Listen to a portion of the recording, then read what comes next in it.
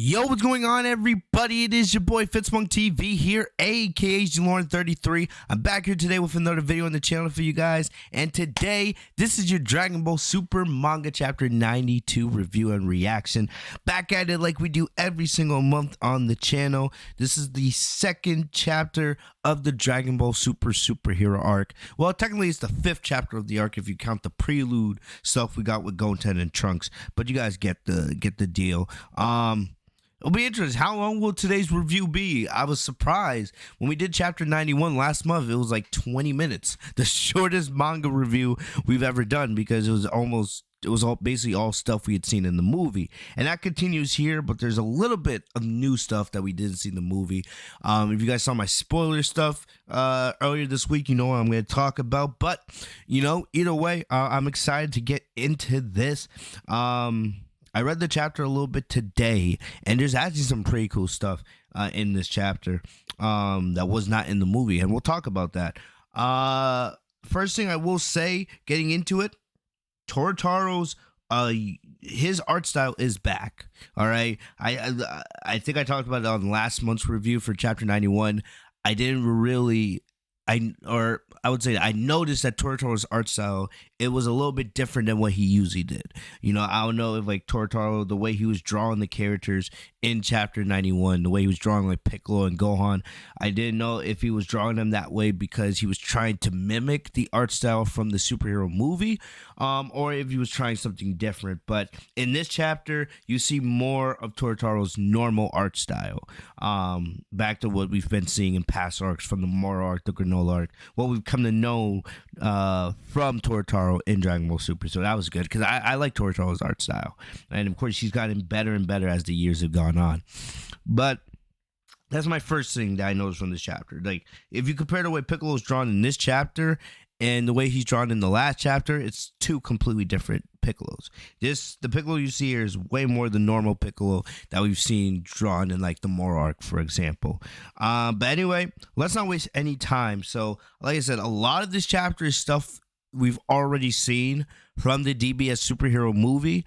So we'll blitz through most of it, and I'll give you guys my commentary here and there. So this chapter begins right where chapter 91 leaves off, and that's with Gamma 2 meeting Piccolo for the first time. This is right before they start fighting, right? And like I said, for the most part, things are the same.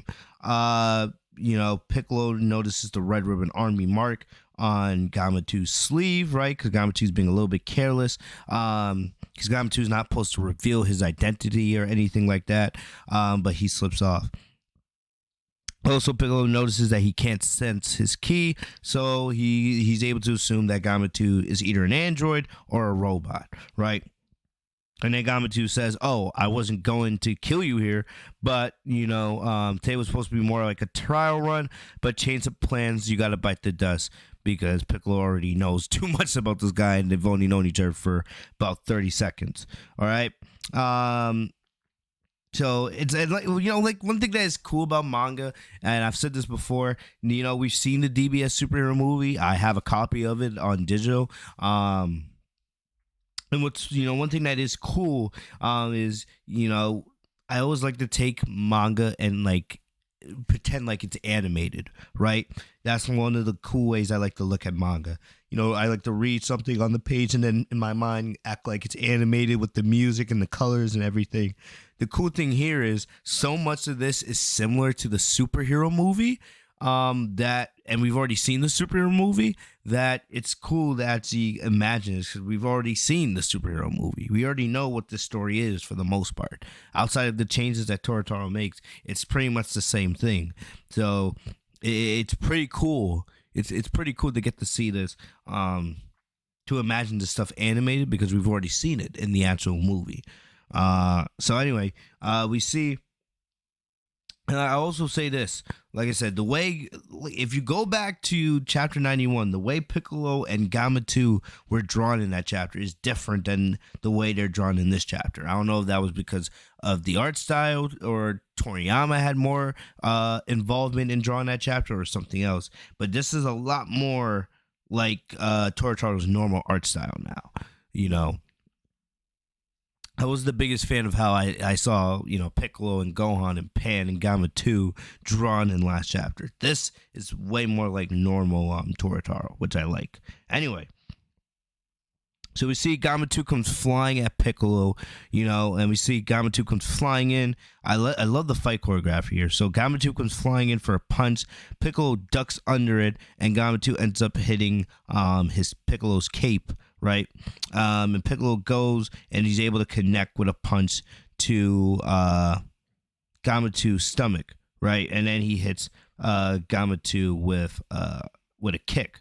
Like I said, for the most part, most of the moves or the choreography is similar to what we saw in the superhero movie, but there's a couple differences, as you can see. All right, so Gamma 2 goes flying down.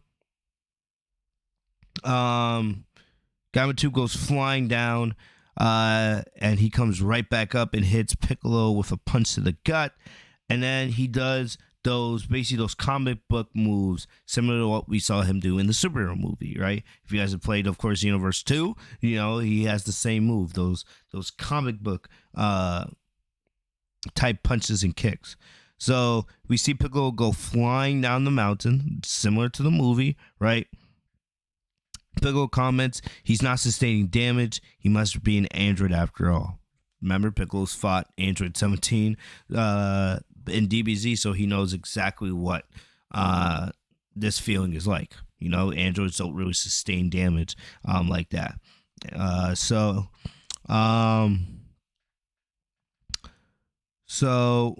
Gamma 2 gets a little bit, cocky. He's like, oh,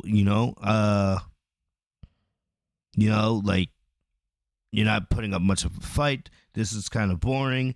Piccolo takes off his clothes, and this is, of course, the battle continues. You guys remember this shot when Piccolo goes flying in at Gamma 2, straight out of the movie. Gamma 2 is blocking everything for the most part. He hits Gamma 2 with a kick, right? Gamma 2 pulls out his ray gun, fires off a shot. This is new, and this is a little bit new that we didn't see in the movie, which I actually like. And, if I'm being honest, I think this is actually kind of makes this fight better than what we saw in the actual movie. I actually really do like this sequence. So Gamma 2 hits Piccolo with a ray blast, right? And with a ray key blast, whatever you want to call it. And then he actually, it hits Piccolo directly in the arm, and his arm comes flying off. So you can see here, Piccolo is blocking some of those key blasts with his left arm, while his right arm is completely falling to the side, right? But then in the debris and the smoke, we see Piccolo is able to regenerate his right arm, and he is able to extend it and grab a hold of Gamma 2, slams him into a rock, and then he comes back. He retracts the arm and hits Gamma 2 with a left-hand punch. That's a pretty cool sequence. That's something we did not see. I don't remember us seeing in the movie, which is new to the manga. So that's really cool. We see, of course, Gamma 2 then says, I can see that you can grow it back. Lesson learned. So he's like, I won't make that mistake again. Gamma 2, you can see that even though it was a cool move by Piccolo, it didn't do much damage at all. So something cool that we didn't see in the movie and that we get to see here in the manga. And like I said, I think that even makes this fight a little bit better than the superhero movie. Remember, the fight in the movie is very, very quick. It's a very, very fast fight. Gamma 2 sends Piccolo flying with a kick, right? And then for the most part, Gamma 2 dominates. Piccolo tries his best to block, but Gamma 2 overwhelms him with punches, kicks, back elbows, all that good stuff. And Gamma 2 comments that he completely has a read now on Piccolo's moves. Piccolo, as Gamma 2, creates some space and separation. Piccolo fires off a bunch of ki blasts at Gamma 2, but you see he's able to dodge them easily, just like in the movie. And then we see Gamma 2, he prepares to finish off the fight with another huge ray gun blast. We know that Piccolo dodges it right out of the way, but Gamma 2 wasn't paying attention. He was being a little bit careless. And Gamma 2 assumes that Piccolo is dead, but of course we know Piccolo is fine. And then, he's like, oh, Man just wanted to see him dead to be sure, and he flies away. And then Piccolo tails him, just like in the movie. So, like I said, I kind of think this fight is better in the manga than it is in the anime. And one thing, let me know in the comment section if you guys want this. One thing that I'm considering is making a comparison with some of the fights in with like what's better. Piccolo versus Gamma 2 anime versus manga, right? And let me know if you guys want to see those videos. I think it would be pretty cool. So yeah, like I said, and just going through some of the differences, things of that nature. So we see Piccolo tails Gamma 2 over to the Red Ribbon Army base, right? Just like in the movie. And we see Gamma 2 goes inside. Piccolo follows him inside. There's almost no changes here. We see Piccolo wear the 94 outfit. One thing that I was thinking about actually, in this chapter, I was thinking about watching the Piccolo versus Gamma 2 fight. Of course, later on in the movie, we know when Piccolo uses the ultimate or his potential unleashed form against Gamma 2 in their rematch. How are they gonna do that in the manga? Like that's gonna be interesting, like because it's black and white. Piccolo doesn't have hair. Of course, when they do Orange Piccolo, of course, Piccolo's entire appearance changes. He becomes bigger and a whole different color, and there's a couple other changes. But when Piccolo goes potential unleash, in the manga, I'm like, how? I was just thinking, how are they gonna do that? There's not much you could change from a shading perspective. It's a black and white manga. It's not like Goku and Vegeta, where of course you can change their hair when they transform. There's a clear difference between when Goku and Vegeta use Super Saiyan and Super Saiyan Blue in the manga. But how are they gonna do that with Piccolo? He doesn't change that much. He just gets lighter, and then like the rays on his arm go away. That's something that's gonna be interesting. And of course, we'll be seeing that take place in the manga here in probably like 2 chapters. So that's just something to keep. I'm keeping in the back of my mind. Something interesting. So anyway, that was just something I was thinking of. So we see Piccolo. He beats up that poor fool, and he steals his outfit. He puts the 94 uniform on, and then he goes after Gamma 2. Yeah, like I said, not much. So then we enter into the main Red Ribbon Army Hall, where we see Dr. Hito, Magenta, Carmine, right, and the Gamma. So we get our first introduction of Gamma 1 officially here. Like I said, not much is different here than what we saw in the movie. For the most part, they're talking about excuse me, I just had cereal and I'm burping. They're talking about Gamma 2. Or Gamma 2 is talking to Gamma 1. Gamma 1 is talking about how careless Gamma 2 can be. Because, yes, even though he did well against Piccolo out there, he didn't check to make sure he was dead or anything like that. Right. And plus, Gamma 2's carelessness almost let the Red Ribbon Army get revealed. But like I said, no big differences. They replay the footage, and they show how Piccolo got away, right? We also get we see them talking about the other members of Bulma's organization, right? Like Goku, Vegeta, Majin Buu, Hercule, very similar to what we saw in the movie. I love how they have Vegeta here in the pink shirt, right? Like I said, I would not be surprised if like Toritaro just had like the DBS superhero movie like right next to him as he was drawing this. Like, but for the most part, most of this all is the same. So we also see, they talk about Cell Max here, right? We get a review of Cell Max here. So basically in the manga, the manga does not care if you did not see the superhero movie. All right, the manga assumes that you basically have seen the superhero movie. So anybody reading the manga at this point, they're assuming that you saw the superhero movie. Because they reveal Cell Max here, right here. In the movie, you get like a very, very small glimpse of Cell Max. they don't show you much of him until his actual reveal later. But right here, they fully put him on display. There he is, fully. So they're like, yeah, Cell Max teasing that he's going to be the big bad villain later on in the arc. Right? Of course, Carmine's going on, or it's Magenta. Sorry, I was Carmine's the guy with the long hair. Magenta is arguing with Dr. Hito because how he wants Cell Max up and running now, right? But of course, Dr. Hito's explained that you got to make sure the mind control is all working, because if he's free to let loose, he'll destroy the entire world, right? So of course, Dr. Hito explains that the plan should be let the Gammas get rid of Goku, Vegeta, and the others, right? And then afterwards, you could activate Cell Max and then rule the world as you see fit. Also, like right here, you see Gamma 1 and Gamma 2. Remember, that image is taken straight out of the movie. Straight. So, like I said, Torotaro is literally just tracing. I'm telling you, Torotaro was, when he was drawing this, he had the superhero movie right next to him. Right? Or maybe he had like the comic book. If you guys remember, they released the comic book form of the movie, and he was just straight tracing. Straight tracing. There's no differences here for the most part. So we see Piccolo leaves the base, right? And then he calls Bulma using the plushie toy, right? Letting Bulma know like he needs to get in contact with Goku and Vegeta, and we know that Goku and Vegeta are on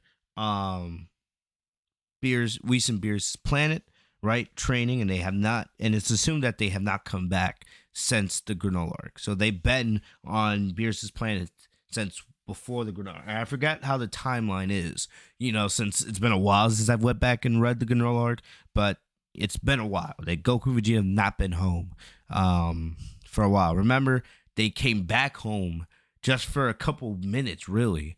They came back home just to go with I'm already forgetting the name of the villains from the last arc, the Heaters. That's what they came back on Earth just for a couple of minutes, just to go back into space with the Heaters to go to Granola's planet. So they have not been back since then. And it's assumed, of course, months have passed. Almost half a year has passed. So they have not been home in a while. So yeah.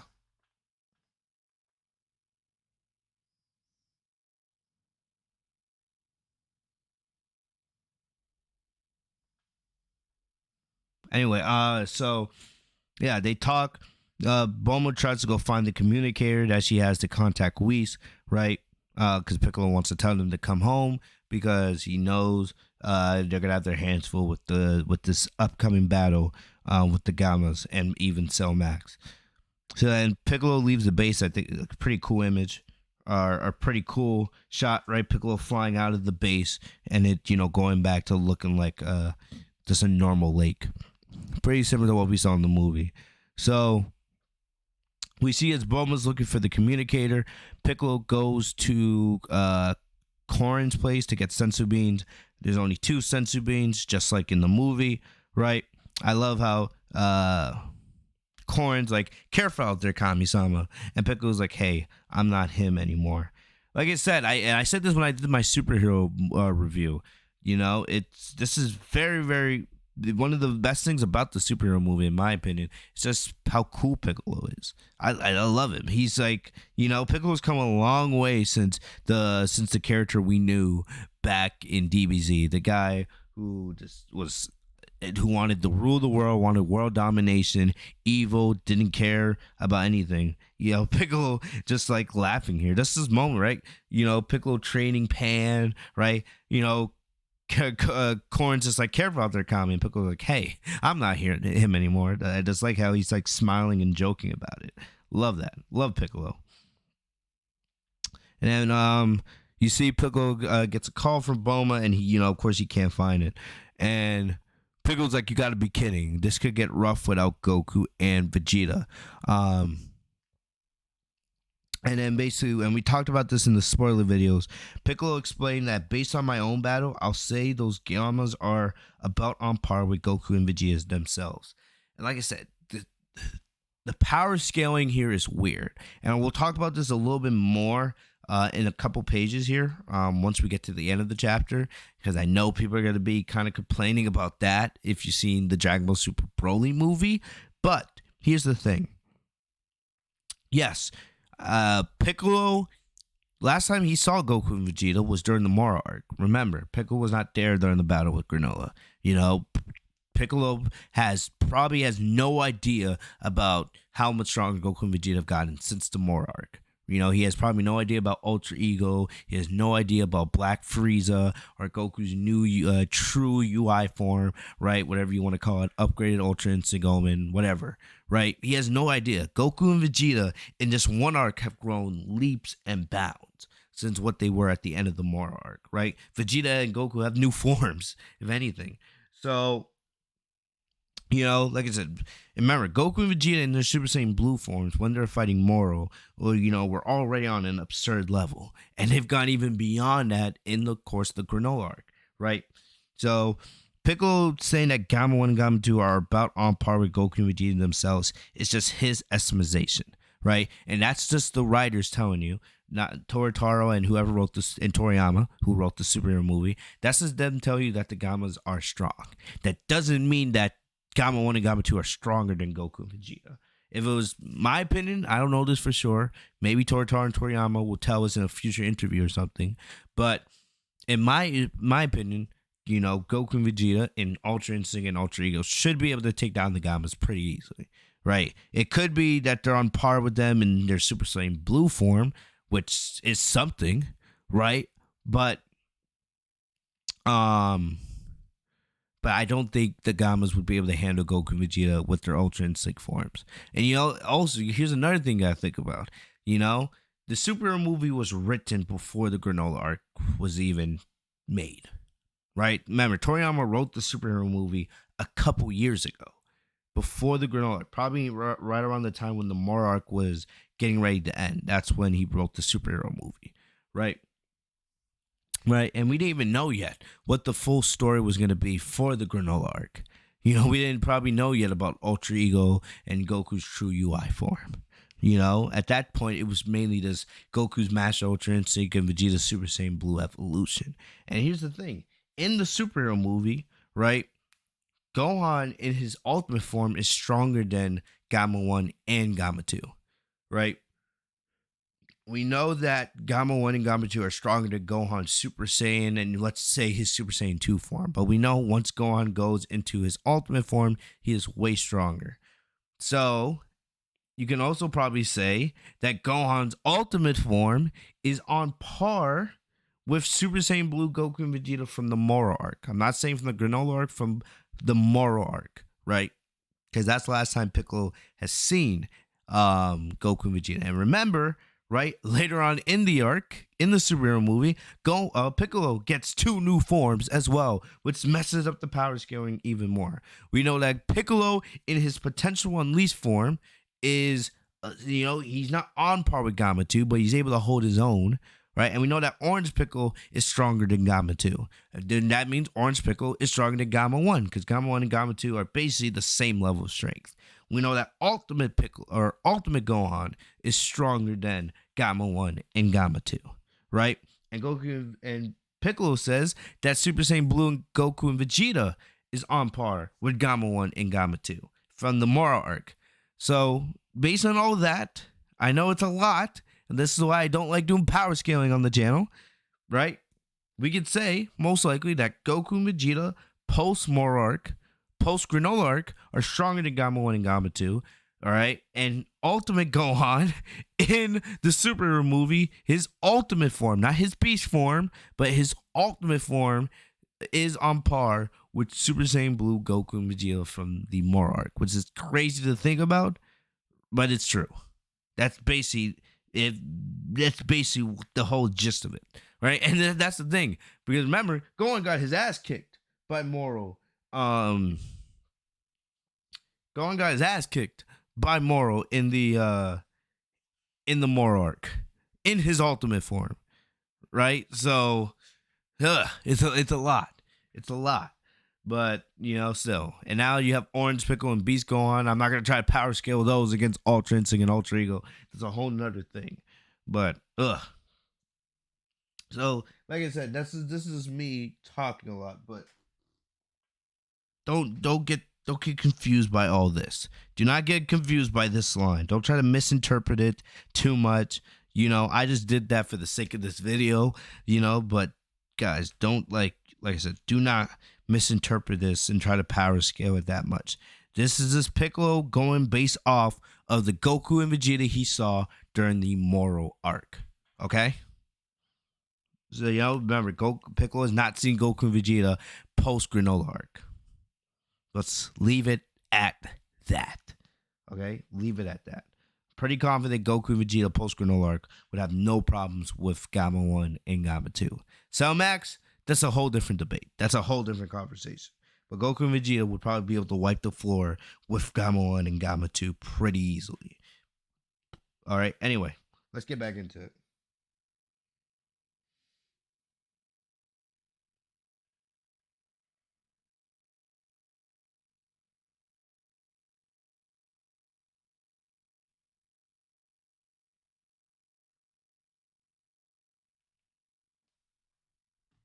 Anyway,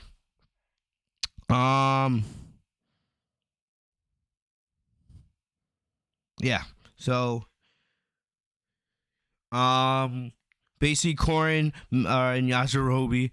I love how Yajirobe, after all these years, is still freaking out over small things when he knows, like, come on, that's funny. Yeah, Yajirobe's still freaking out, after enemies that he has nothing to do with. Yajirobe doesn't fight, but he still freaks out every time there's like a new enemy out there, Anyway, actually, no, I'm wrong. Yajirobe's not freaking out over Yajirobe got a freaking thing stuck on his head. He got a Red Ribbon Army helmet stuck on his head. That's funny. I was like, what the hell is Yajirobe freaking out? But we see Korin and Piccolo, they're talking about, other fighters on Earth other than Goku and Vegeta, right? So Yajirobe, or not Yajirobe, Korin and Piccolo are talking about other fighters on Earth that might be able to help against the Gammas that are not Goku and Vegeta. Korin brings up Son Gohan, right? And of course, they mention he could be the strongest guy on the planet if he put his mind to it. Piccolo's like he's a little useless right now, of course, because Gohan's too busy studying and he has been training. They bring up the androids, but that probably wouldn't work because Dr. Hito has data on the androids because Dr. Hito used the data that he made to create Cell. Or Dr. Hito used the data that he got from Dr. Gero to make Cell Max. And we know part of that data comes from Android 17 and 18. Because Android 17 and 18 is what makes Cell's perfect form. So, there you have it. So, the androids wouldn't be much use against the Gammas. Majin Buu, he's sleeping. So, of course, Majin Buu is useless once again. Majin Buu got that one moment to shine in the Moro arc, and he's back to being absolutely useless because all he does is nap. That's his explanation. That's the explanation for every arc when Majin Buu doesn't fight because he's just busy napping.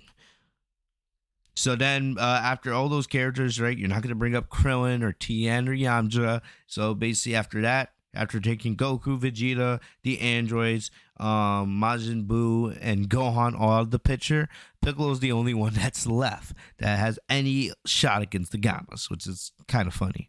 They didn't even bring up Goten and Trunks here, even though we know Goten and Trunks make an appearance later on, but it's kind of funny how they don't bring up Goten and Trunks. Hopefully one day that will change and Goten and Trunks will be able to take the spotlight once again. So then Piccolo brings up Dende, all right, because Dende can unleash Piccolo's power. Piccolo doesn't have time to go train for a year or two, to get stronger. He needs to have his power unleashed now if he's going to have any chance against the Gammas. And he already knows that because he lost the Gamma 2 earlier in the chapter. So, yeah. So basically, next chapter, most likely, because this is the last we see of Piccolo in the chapter, we'll see Piccolo make the wish to have his potential unleashed. So that is something to look forward to. I don't think we're going to see the rematch yet between Piccolo and Gamatu. My prediction is we'll probably see that next chapter. I'll give you guys my predictions for Dragon Ball Super Manga Chapter 93 in just a second. But we finally go back to Bulma. Bulma is finally able to find the communicator to get in touch with Whis, and it's because it's being played with by what looks like to be a dragon dog. I don't know, whatever you want to call that. Is it a dragon? Is it a lizard? Is it a dog? Or is it a dog? I don't know, but Bulma is able to find the communicator there. So then we go back to Beerus's planet, right? Where we haven't been in a couple chapters, almost like 4 chapters since we been on Beerus's planet, and we see that Whis is busy paying attention to what looks to be some kind of sparring battle. He doesn't have his staff with him at the moment, and we see the debris causes the staff to get thrown through the wind, knocked on some trees, and knocked away. So Whis isn't able to pay attention and see what's happening. All right, he's not able to see that somebody's trying to get in contact with him. So anyway, we get back to it, and we see that Goku is sparring with somebody, right?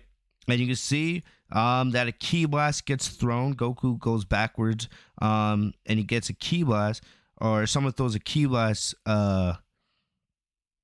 to make the dust disappear, and we see Goku guarding against the dust in the wind, and all we see is revealed to us that it is Broly.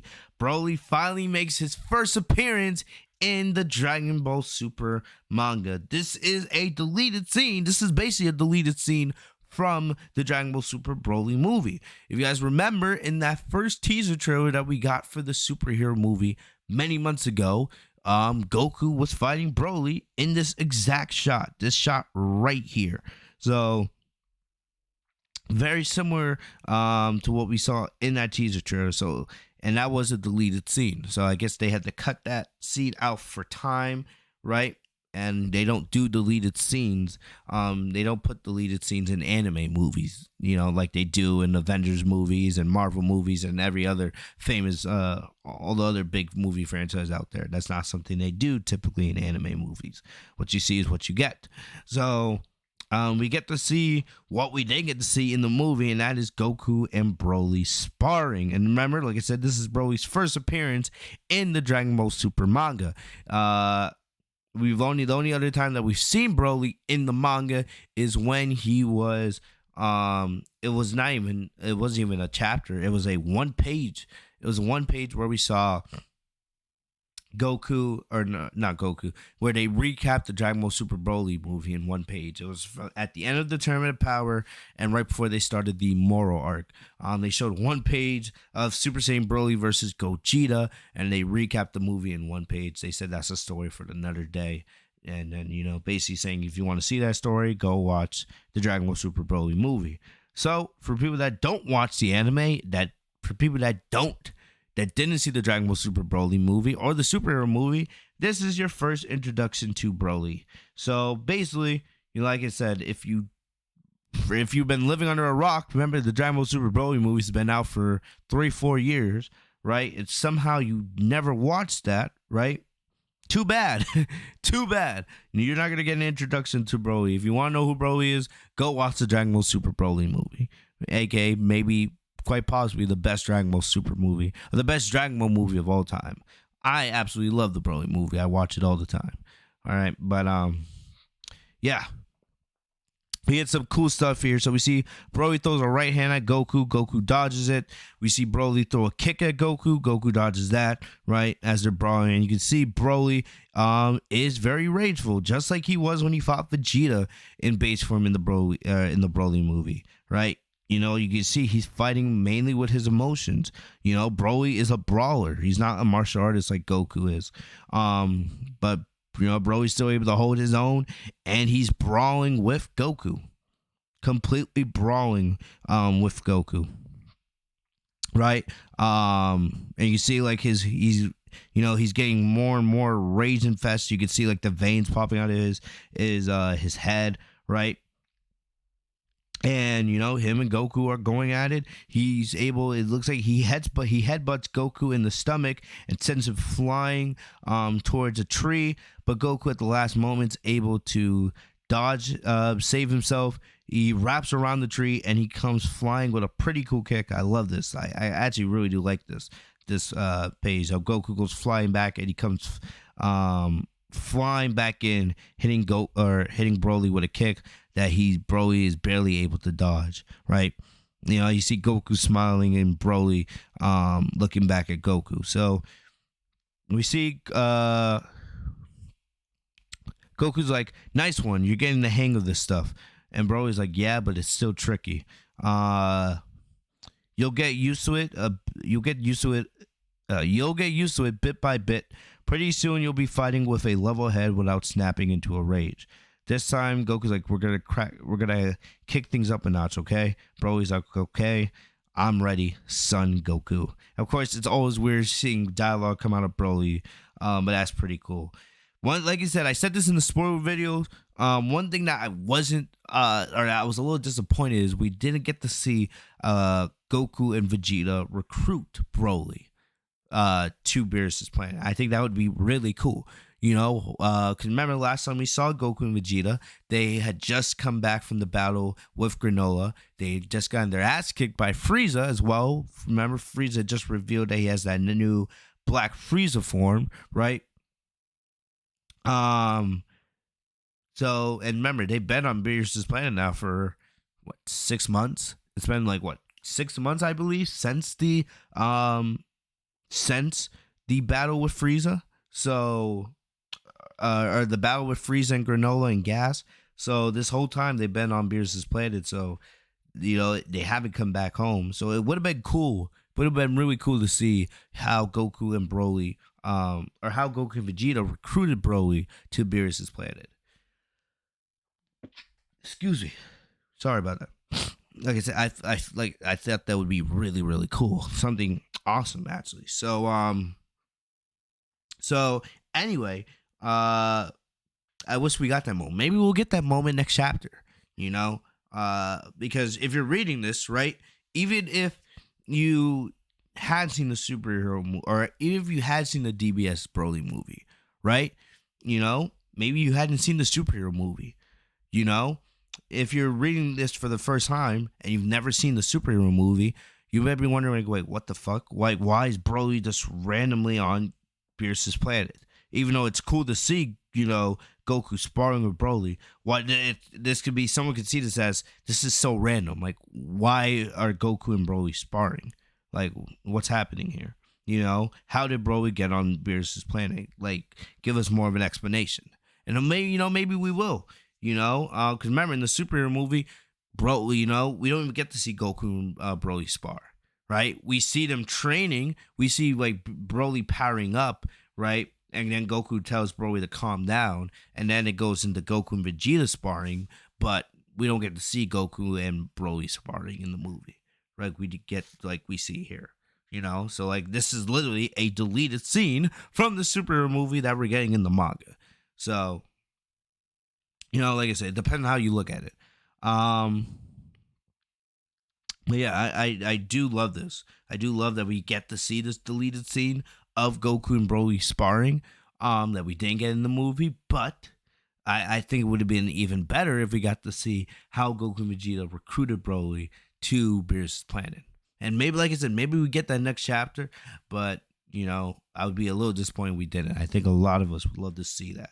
And of course, like I said, if you're reading this for the first time and you didn't watch the superhero movie, I can see someone being confused, like, why the hell is Broly there? That's so random. One thing that I saw that people were already complaining about, and this brings up power scaling once again, right? Broly mopped the floor with Goku and Vegeta in his base form in the superhero or in the Broly movie. Absolutely mopped the floor with them. Right, it wasn't until Goku and Vegeta would go into their Super Saiyan God and Super Saiyan Blue forms that they were able to, turn the tables on Broly and that was until, of course, Broly transformed into a Super Saiyan. But Broly in his base form was able to mop the floor with both Goku and Vegeta in his base form. So now, I've already seen people on social media complaining, oh, why is Broly, why was Broly nerfed here?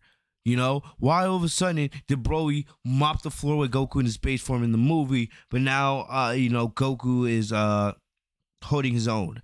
Guys, are you stupid? Literally, are you stupid?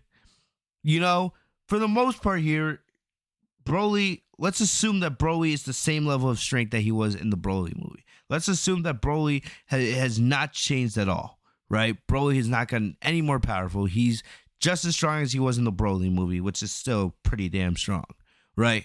Goku and Vegeta, went through two whole arcs after the Broly movie. Remember, the Moro arc and the Granola arc both take place right after the Broly movie. We know that for a fact.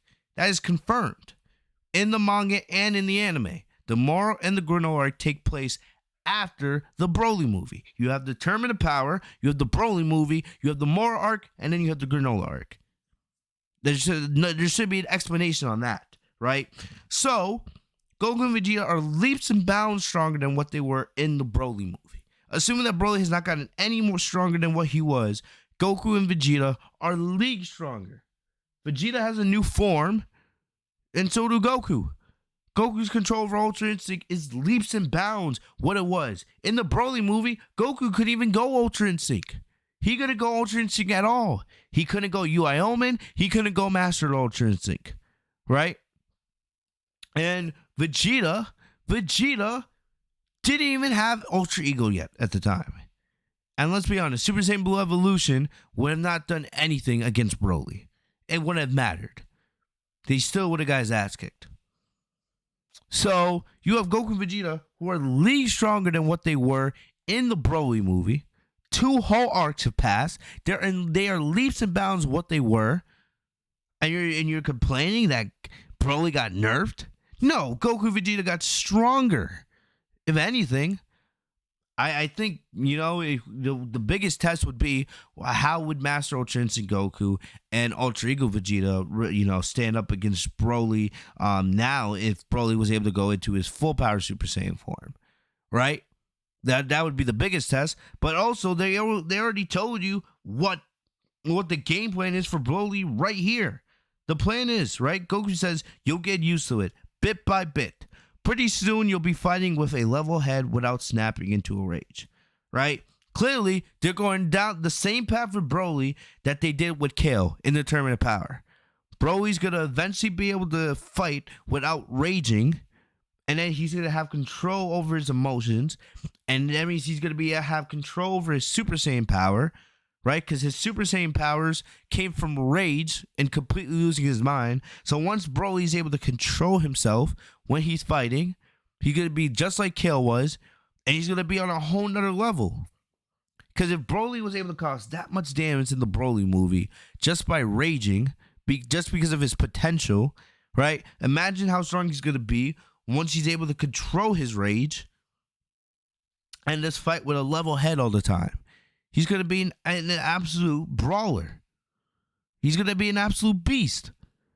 So, I don't get what people are saying here. Broly was not nerfed at all. If anything, this is going to make him stronger in the long run. So, miss me with that, Broly got nerfed. It's just people that see one image of Goku in his base form going at it against, base